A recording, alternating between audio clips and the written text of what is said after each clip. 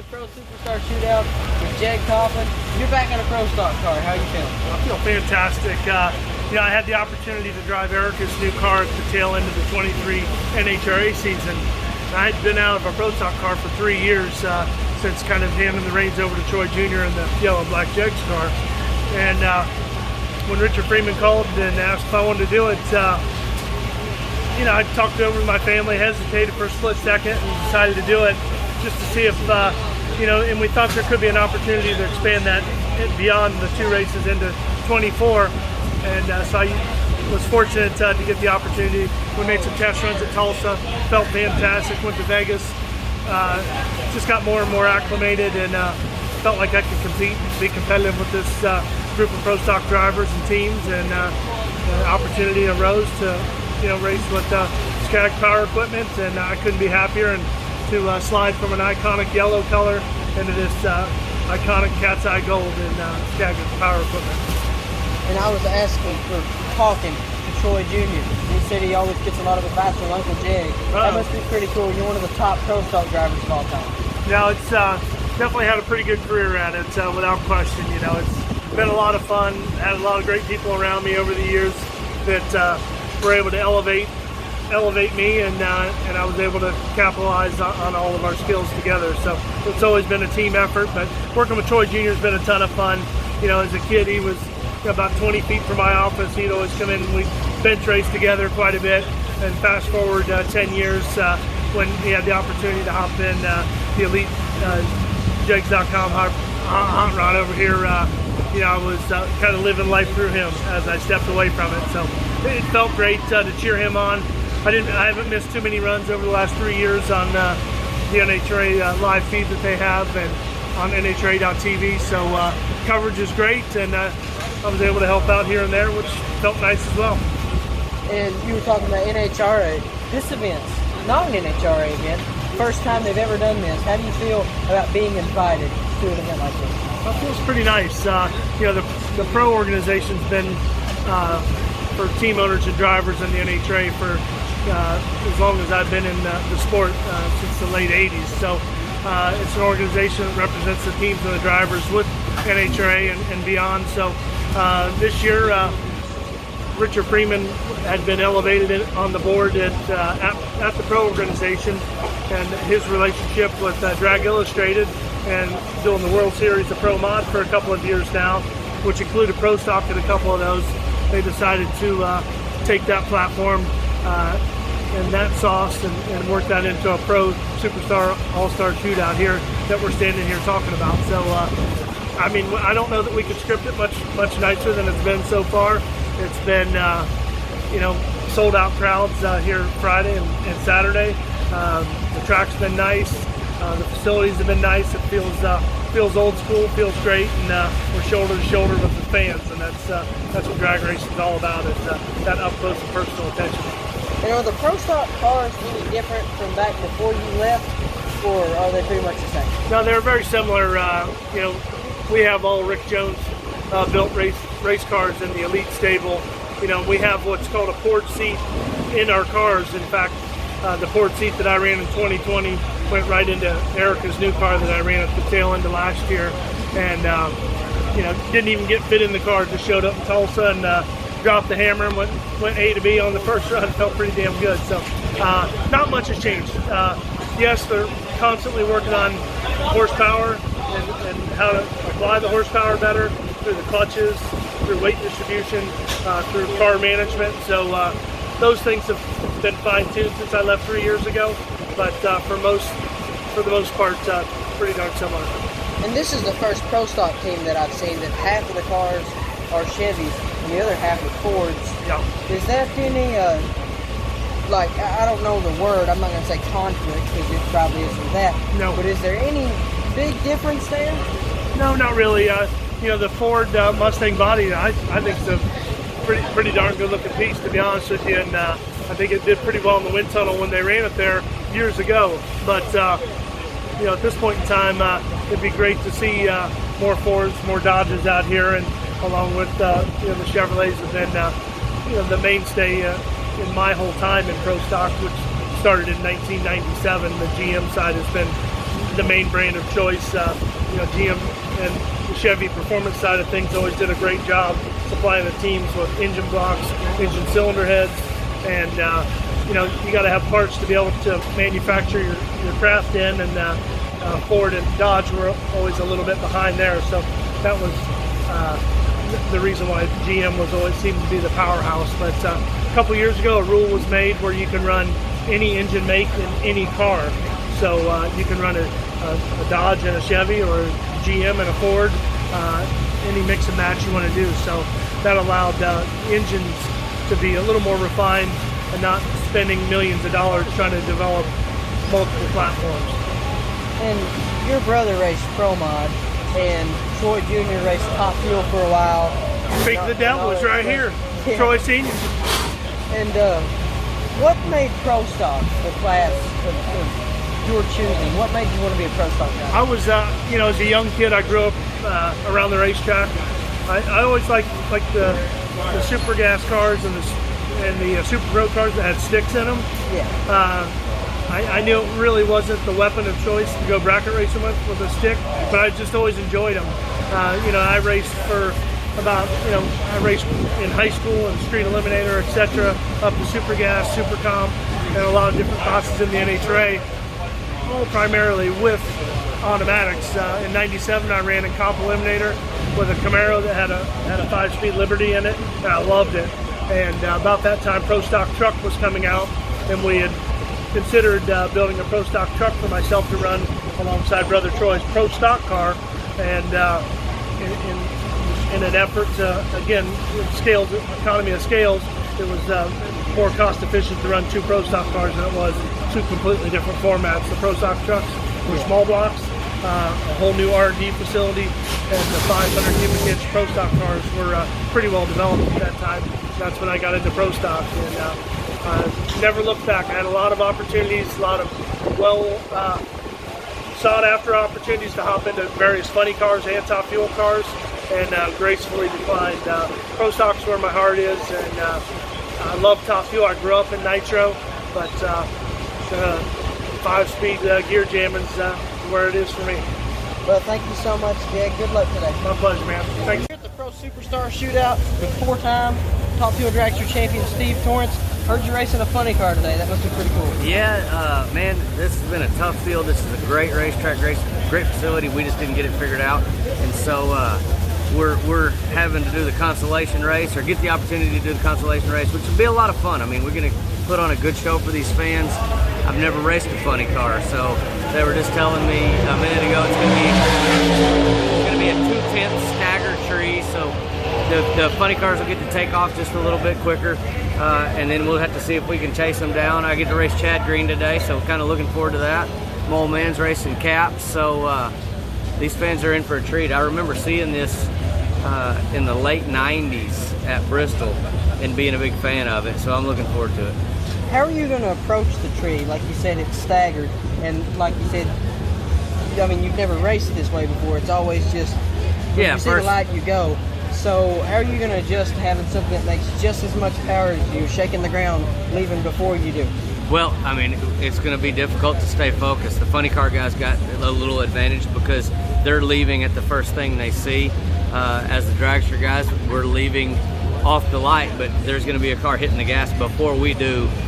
So I don't know if that's going to be in our favor or not. It may spook you, it may startle you, or it may give you a heads up that, hey, it's about time to go. Yeah. So we'll do the best we can do. And what does it mean to you to be invited to a big event like this? Well, I was in, you know, in the early stages of this race with Richard Freeman, and been discussing this for quite some time, and so it's really special for me to be part of making it happen, and supporting it with Capco Contractors is one of the big supporters of the race. It's something that we've been very proud of, and I think we're making big steps in the direction of changing the future of drag racing, and that's something that everybody here can say that we made a mark, because this is one of the biggest things that's been done in the last 50 years, and I think that there's a lot of people that need to take notice of what we're doing. A lot of the fans here have enjoyed it greatly, and we've put on a really good show, and that's at the end of the day, that's what it's about. And last year, it kind of started off a little slow for you, but by the end of the year, you were Steve Torrance, won 4 championships. How are you going to go and win your 5th one this year?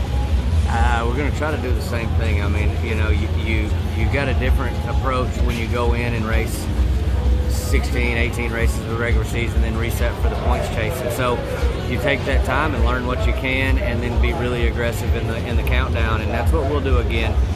We spent about a year and a half working on a setup to evolve and get quicker and faster, and we did. And then there's been some recent rule changes with adding a lot of weight to the cars, and so we're trying to figure that out right now. We had to pick up 50 pounds through the off season, so that's something that, you know, as a driver, you strive to stay light and trim, and then when they stack weight on you, it just kind of changes. And so we're working on that. We'll get it lined out. We wanted to do better here than we did, but we've had a great time, and like I said, we're making huge steps into the future of drag racing. Well, I know you're busy. Thank you so much, Steve. Hey, good luck. Thanks, brother. Appreciate it. At the Pro Superstar Shootout with the one and only Jack Beckman. You're here on a TV broadcast, but you're one of my childhood heroes. Growing up, you and Caps were always 2 of my favorite funny car drivers. Caps is one of my favorite funny car drivers too. Is there any desire that you have to get back and drive the top of your car? Let me think about that for a second, Donovan. Heck yes. If I could find the right sponsorship, I'd be back tomorrow. Caps had talked about maybe adding a second car. Antron's working on a lot of programs. But at the end of the day, it's money. If you want to come out here and you want to do it right, it's $3.5 million a year minimum that you're going to burn up there. And that's not counting buying the equipment. It's a pretty expensive sport. And I was fortunate enough to do it first class all those years with Don Schumacher Racing. But yes, I would do it tomorrow if I had the opportunity. And how does a big event like this, the Pro Superstar Shootout, differ from your typical weekly NHRA event? Yeah, the only thing they really have in common is the cars. They're running on the same rules platforms, and the racetrack, it's still 1,000 foot for the Pro Nitro and a quarter mile for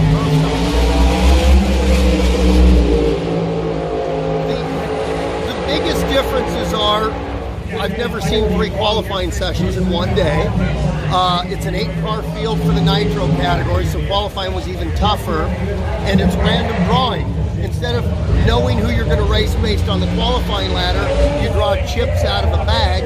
It is random pairing every single round, and you're racing for an enormous amount of money. NHRA race, $50,000 to $75,000 to win, $250,000 here. It's a big difference. And I heard you talking to Mr. Antonelli in the pits about the handicap situation for the dragsters versus the funny cars. I just still can't get over the fact that they're racing dragsters against funny cars. It hasn't happened since the year 2000, at least not in a formal style here. Yeah, they're going to spot the funny cars 0.2 of a second over the dragsters. I don't think that's enough. I think they need about 0.23 or 0.24, but anything can happen. We don't do this on a regular basis, never did. It used to be a once-a-year deal at the Winston Invitational, but it's kind of an extra layer of excitement for the fans, not just the ones here, but the ones watching on Flow TV. I've never seen it. I can't wait. And I'll ask you one final question. What was your favorite part about being a Nitro Funny Car driver? The people, the fans, the crew members, the crew chiefs, the other drivers. I'm at my best when I'm at a drag strip, and when I got paid to be at a drag strip, it was even cooler. But the competition also. At the end of the day, you realized when you stood there in the winner's circle holding the trophy, your team, and your car were the best out there that day. Well, thank you so much. My pleasure, Donovan. Enjoy, guys. At the Pro Superstar Shootout with, now we can say, winner Chad Green. That must be pretty cool, right? Oh, that's very cool. It's been a very cool off season. You know, to end the season last year with the win, it was just so good for us and our team. And we're just so excited to be back here. This weekend's been so awesome. The atmosphere here is awesome. So much competition. The fans have been just great packing out this place. Today's going to be incredible. So we're just excited to kick off our season here. And they invited all the people. What does it mean to say you are a superstar? That's the whole name of the event. They didn't invite us anywhere. They invited the best of the best, and they chose you. No, that's just really awesome. It's an honor to be here, be one of the invitees, and to be part of the very first inaugural one. It's just been so excited. We're a little disappointed in our performance in qualifying, but that's okay. We're going to go run a dragster day and try and load them up on the trailer. Who you racing? Steve Torrance. Ooh. Yep. You're racing Steve, and I talked to Ron Capps, and they're racing Billy. So, is that, do you know you're at a slight disadvantage against the tracks? Or do you just go up and be like, well, or do you just say, well, our mile an hour is faster, just go up and beat them? Well, they're actually giving us a 210 handicap, so I think that's going to actually put it pretty even. So we'll see what happens. We think we can beat them. That should be good. And we talked about your win, so that's really cool and all, but it's a new year, new plans. I'm sure your goal isn't just to get one. Oh no, we definitely, we had just a tremendous season last year, which, would be very tough to beat, but that's our goal, to exceed what we did last year. And I just talked to Daniel, and you all are still associated, I guess, the teams and stuff, but he's not your crew chief anymore because he's driving his own car.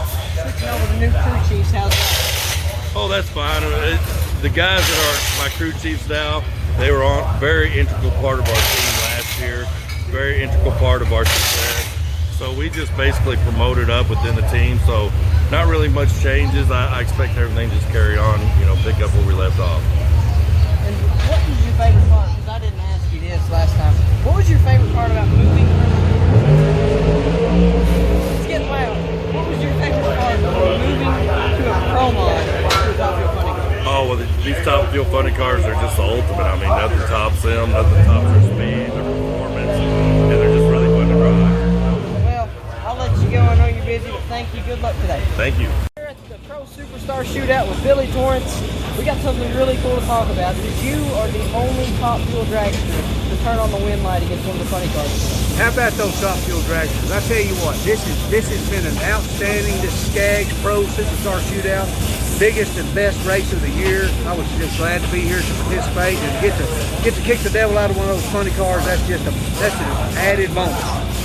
And most people that are first generation drivers started first and run Top Fuel, but Steve did Top Fuel before you, if I'm not mistaken. He did. And yes. then you joined after him. So what's it like being a dad that joined after the son? Well, Steve has taught me everything I know. Unfortunately, I don't think he taught me everything he knows, but it's really been fun. The way that came about was whenever they started out there, they said, one car team, said it would be nice to get data or team up with somebody, and I told him, I said, well, put me one together and I'll come race with you. I had no idea it'd be this much fun. I should have done it sooner. And some of those years that Steve was dominating, getting 10-12 wins, you were better than anybody else in the field, just no one could catch him. Well, so you're running your first full-time season this year, so you could pop up and win the championship. I actually could. I have a really good car, really good team. Steve and I's teams work together. Richard, Bobby, Joe, Jake.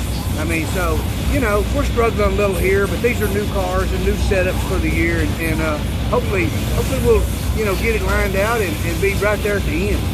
And this is a big invitational race. What does it mean to you to be invited to something like this? Well, I tell you what, it was really just very humbling. I was glad to be out here. They knew that I would come and have a competitive car, and it's great. It's a great venue, and the fans here are over the top. And I know you're probably busy, so I'm not busy. I've already lost.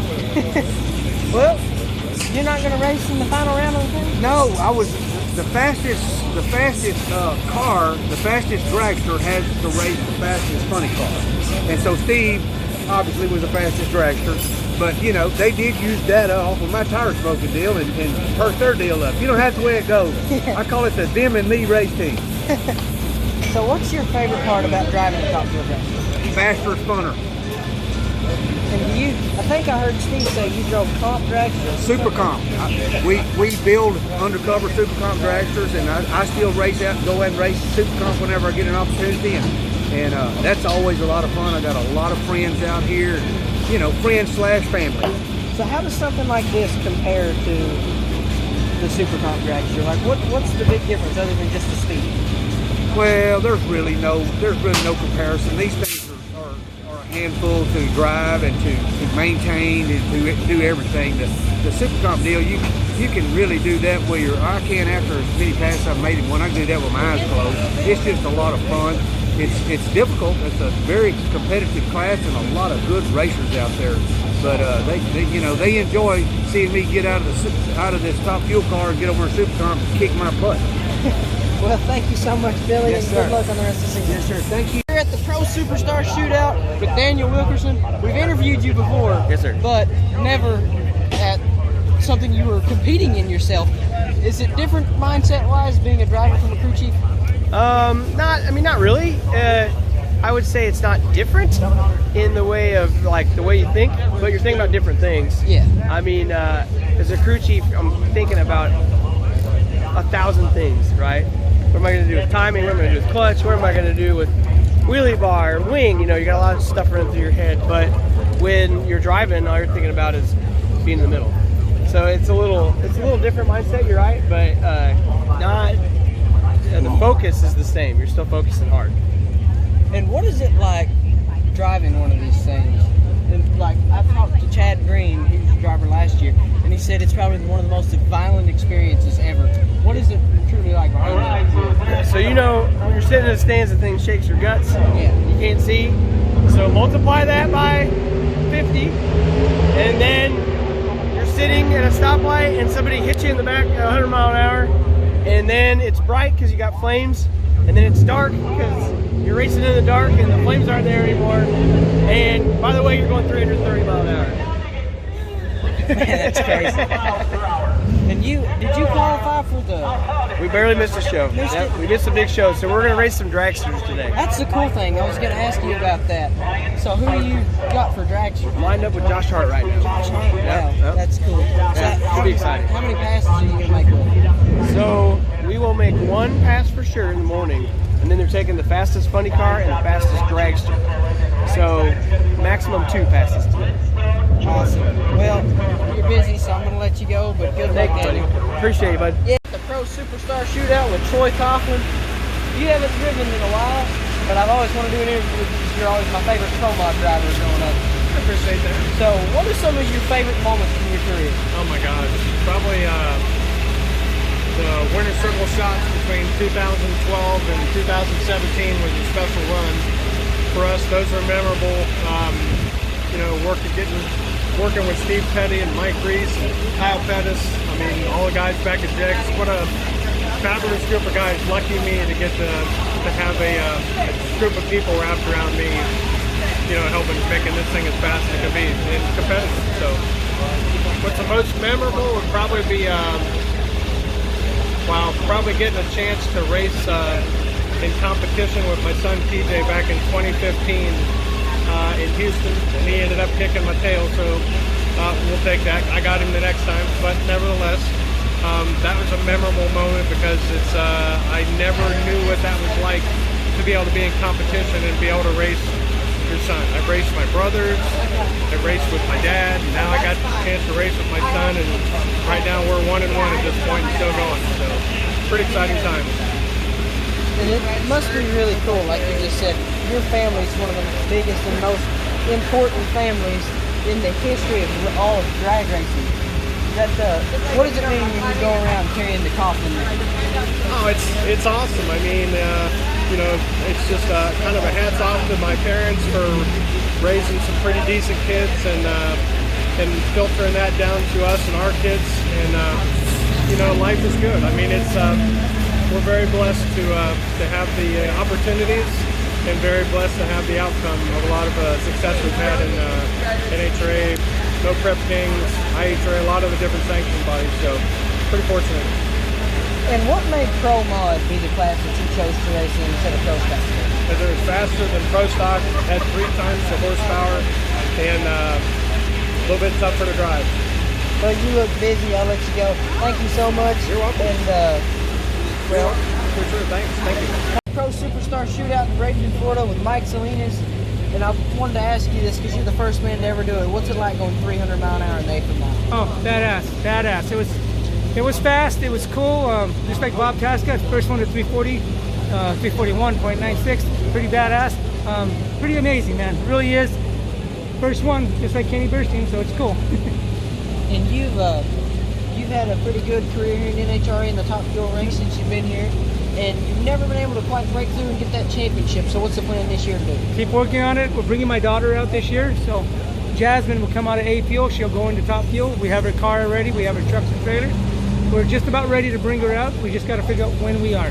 We're looking for some funding, but other than that, we're going to bring her out. And what does it mean to you to be invited to an event like this? A big first time ever really thing, and superstars in the name, and the fact that you're invited to that. What's that mean to you? Badass. It really is actually really good because it means that you're one of them, and we beat them all before, so it's really good. And how does this differ mindset-wise from a regular NHRA? The vibe is really, really cool here. I like this race, and I think there's going to be a lot more of them. So it's a good start. We as a group did something really good here, and I think it's going to be, it should take off. We should do it a couple more this year, and that'd be nice. And finally, I'll ask you one more question. What's your favorite part about being a top 4 dragster driver? Go fast. Well, thank you. Thank you, man. Good luck this season. Thank you.